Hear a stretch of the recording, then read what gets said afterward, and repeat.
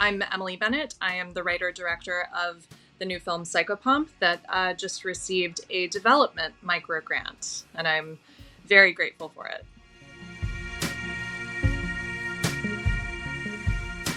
Yeah, the title is actually a word in any dictionary, psychopomp.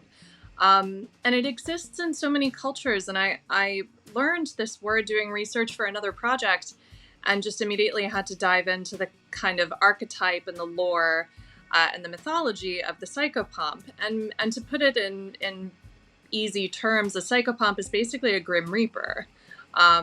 It's the deity or entity or creature that will help a human soul pass into the afterlife. And I thought that was such an interesting, that idea of transition from life to death, I wanted to take that idea of transition, that gentle helping into the afterlife, and put it into the world of a girl kind of becoming sexually mature and transitioning herself from girlhood to womanhood, and then potentially into something even darker. So the psychopomp for this project, the main character learns that she is from a long line, a coven of psychopomps who are all women, and basically they have existed from the beginning of time. I have a long lineage and a franchise idea in mind after this film. This would be the jumping off point, but it's the lore of the women who both give life and the women who take it away. So I'm the writer-director. I've been through a few drafts. I've shared them with my manager, with my writing friends that I respect and trust, and honestly, I feel like the script is in such a great place right now.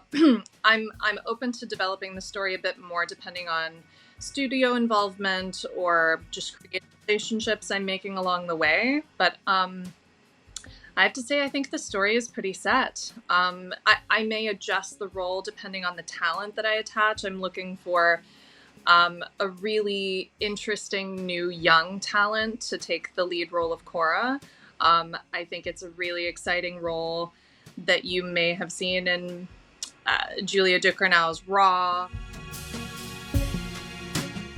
So far, this has been a very personal, private project so far. So it's been shared with some of my friends, and I've gotten notes and gone back and forth. And, I just signed with a new management company, Circle of Confusion, which is incredible. So that's been really fun. But I will say, the most collaborative part of this process has been through a friend, Kate Muleman, who is not only a painter, but she's a friend of mine, and she's a death doula, which is not a term that most people know at all. So there are doulas, there are like midwives who help babies come into the world. They're there at birth, and they're there to help like home births, and so that's called a doula, but she is a death doula. And so what she does is she sits bedside in hospice or with terminal care patients. And she's hired to do this, or she volunteers, and she literally is there so that they're not alone. And it's like, I can't even imagine doing work like this. And she is the most selfless human being. She is so kind and patient and gentle. And it just blows me away to think of the work that she's doing. So we carved out some time, and I got her on the phone, and I was just like, Kate, how do you do this? And she really explained to me, because the main character, that is her, she's a 17-year-old girl, and it's a bit odd because this is her job. She goes to local Chicago hospitals and sits with terminally ill patients in the ICU, the forgotten people who will literally just die alone, and she's there to help them pass peacefully and in a supported way. So that's where the story starts, and then it grows from there, and it gets darker, but it starts in a really loving place, because Kate told me, she was like, death is a really important part of someone's life, which I had never really, death is not something we like to think about. Death is something that we like to forget about or put away or look at in a movie. And, it's this thing and everyone will experience it. And that is so scary. But what does it mean for a character to not be afraid of that and to really treat that as an important, beautiful part of someone's life?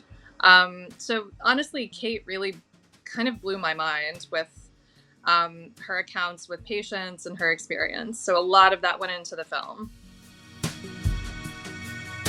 I update my website quite a lot, but my website will likely only update with this information once we go into production. I would say in the meantime, people can follow me on Instagram and Twitter at Emily R. Bennett, and just follow me. I'll probably follow you back. And yeah.